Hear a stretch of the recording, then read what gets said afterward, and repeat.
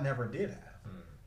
That I didn't have, but I want to condense what I did in 10 years to help somebody do that in 3 to 6 months. You know, that's the key. That's good. Quincy, why don't you share? I mean, we talked about a little bit about this last week at our meeting. Yeah. Like, can you even put a dollar amount on the value that Nate has added to your life? Like, why don't you tell us a little bit about that? This is not a business thing, but just tell us a little bit about that. So this is what's phenomenal about Nate, and it's everybody that's paying attention to him, is that even though he shared with us in the beginning, like, he adopted the philosophy of other people telling him that he's a great businessman, and he adopted that identity. Well, Nate has helped me in the area of my marriage, which for me is, I said, it's worth its value in a brick of gold. I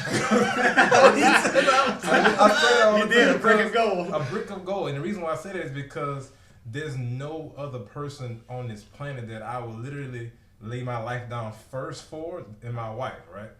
But because I firmly believe that my perspective of what a husband should be was so skewed by what I saw from my dad, I never really thought about, okay, what kind of husband do I want to be? Like, what kind of husband do I want to show as a leader to my wife? Like, what type of man do I want to be when I wake up in the morning and when I go to sleep at night? So, like, my dad, which is a dad that will go to work, come home, go to sleep. Wouldn't even be now I don't have kids yet, so I don't have that element yet into my marriage. But he was just a worker. And what I realized that I had adopted that philosophy because Nate said, Quincy, you grinding, man. He called me on the phone. He said, Quincy, I'm calling you because you're in my spirit right now.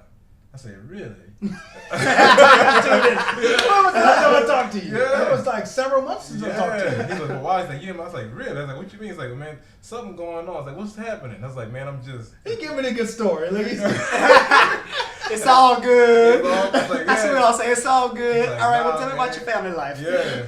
So when he went straight to the source.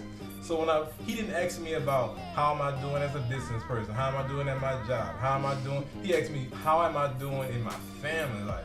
Because Nate could already sense that the few conversations we had, that was one of my strongest values. So once he hit that, and he told me, he said, well, Quincy, listen, your wife is actually, you may not like anything she's saying when she's pointing out your bad sides or your negatives, right? But man, listen, she's helping you recognize your blind spots. So when you can not go off a cliff and kill yourself and kill her in the process, right? I was like, well, dang, I said, nobody ever shared that with me before. So I went home the same night, and she was, Quincy, you've been doing this. And that's all my blind spots. And she was just hitting with what I told her. I said, babe, you telling me all my blind spots, so I appreciate that. But she didn't hear it from me from that way. Like, she was just like, what are you talking about these blind spots stuff? So literally Sunday in church, we went and the pastor said something about mentors and friends even to point out your blind spots. She was like, this dude got a message from God about blind spots, but I wasn't listening to it when he was telling me. So for all of you, like I said, Nate has had tremendous financial success, especially as the young man that he is. But what he's given me is so valuable because I'm not gonna go out and go find another wife that I can buy, right? That's not gonna happen. But see, he helped me to open my eyes up to see, Quincy, I know it's important to you. I know you want to be a successful business person and have a great career, but Quincy, I know your family is important to you. So this is what you need to start paying attention to. And once he did that, it shifted my whole focus from being just so work-oriented to husband-oriented. And once that happened, it's like everything else just opened up.